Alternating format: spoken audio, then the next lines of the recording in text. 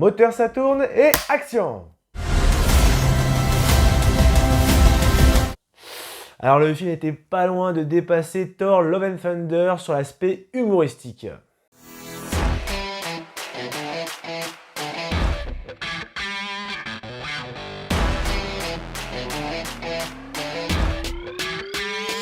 Salut chers cinéphiles, c'est Ludovic de Media Show, j'espère que tu vas bien et avant de débuter cette nouvelle vidéo, n'oublie pas de t'abonner à la chaîne YouTube pour ne louper aucune de mes prochaines vidéos. Aujourd'hui, il sera question du nouveau blockbuster des studios Warner Bros, The Flash. Présenté en 1940 comme étant plus vif que la rapidité de la pensée dans Flash Comics numéro 1, ce super-héros bénéficie enfin de son adaptation solo, réalisée par Andy Muschietti, à qui l'on doit également Mama, Ça et Ça chapitre 2.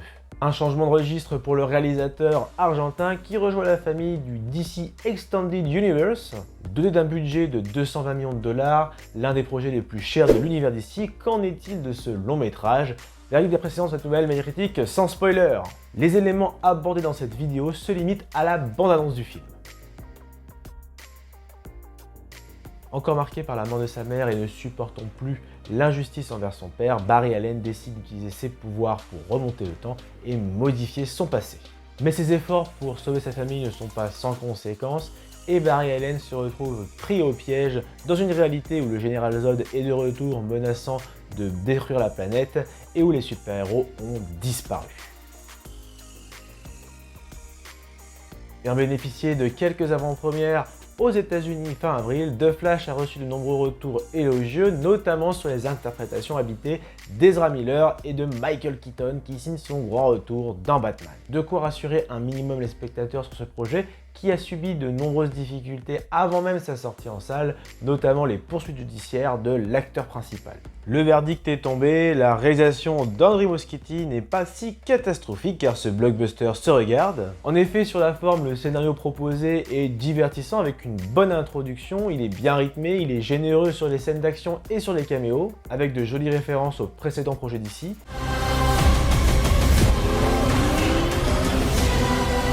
Je peux pas défaire ce que j'ai fait. Et enfin, il repose sur des thématiques sincères et touchantes. Mais sur le fond, une nouvelle fois, le scénario est trop brouillon, présentant de nombreux défauts et venant ternir encore l'image du DC Extended Universe initié par Zack Snyder il y a quelques années. On reste tout de même sur un film supérieur aux précédents projets tels que Shazam 2 et Black Adam, mais dans l'ensemble, l'histoire manque de finition avec beaucoup de facilité scénaristique. Sans trop rentrer dans les détails, voici 3 éléments négatifs de ce scénario. Le plus frappant, c'est l'humour. Il est vrai que le personnage de The Flash est de nature blagueur dans les comics mais également dans les séries d'animation. Quelques scènes d'ailleurs sont vraiment drôles. Cependant, dans l'ensemble, le ton humoristique de ce blockbuster est beaucoup trop prononcé, parfois lourdingue, et le personnage perd ainsi toute sa crédibilité. À tel point que durant certaines scènes, j'avais l'impression d'assister à un remake de Thor Love and Thunder. Barry, tu fais quoi là? C'est pour nos enfants, ils seront contents. Restons sur les personnages avec une Supergirl sous-exploitée. Certes, c'est un film centré sur The Flash, mais tout de même, c'est une entrée assez timide pour cette super-héros pourtant sympathique et qui succède dignement à Henry Cavill. Même constat pour Zod qui ne s'impose pas véritablement dans cette histoire, qui ne présente donc aucun antagoniste marquant.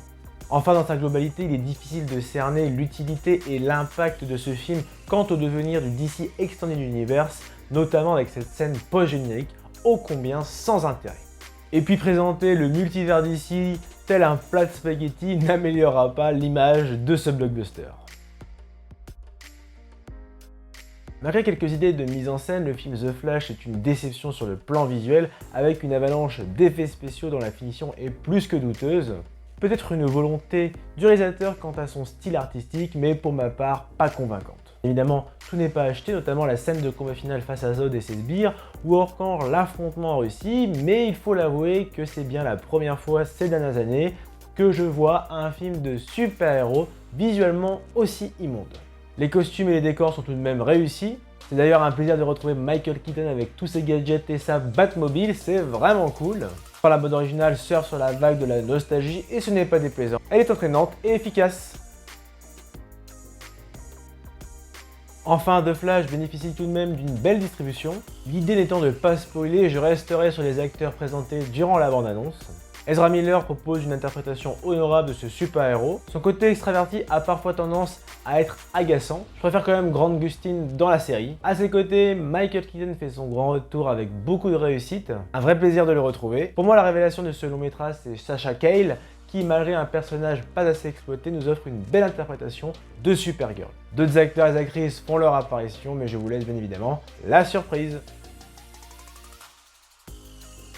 Pour résumer, malgré qu'il soit divertissant et généreux avec une bonne distribution, The Flash, le dernier blockbuster du DC Extended Universe, réalisé par Andy Muschietti, n'est malheureusement pas à la hauteur des attentes, avec un fond scénaristique trop brouillon, ainsi qu'une mise en scène assez laborieuse, on doit le dire, et des effets spéciaux plus que douteux. C'est pour ça que je t'attribue la note de 12 sur 20. Et voilà, cette vidéo est à présent terminée, j'espère qu'elle t'a plu. Si c'est le cas, lâche le pouce bleu, partage également ton avis sur ce film dans les commentaires, et n'oublie pas de t'abonner à la page Facebook, à la page Instagram, mais également à la chaîne YouTube, sans oublier la petite cloche pour savoir toute l'actualité de Media Show. Allez, à très vite!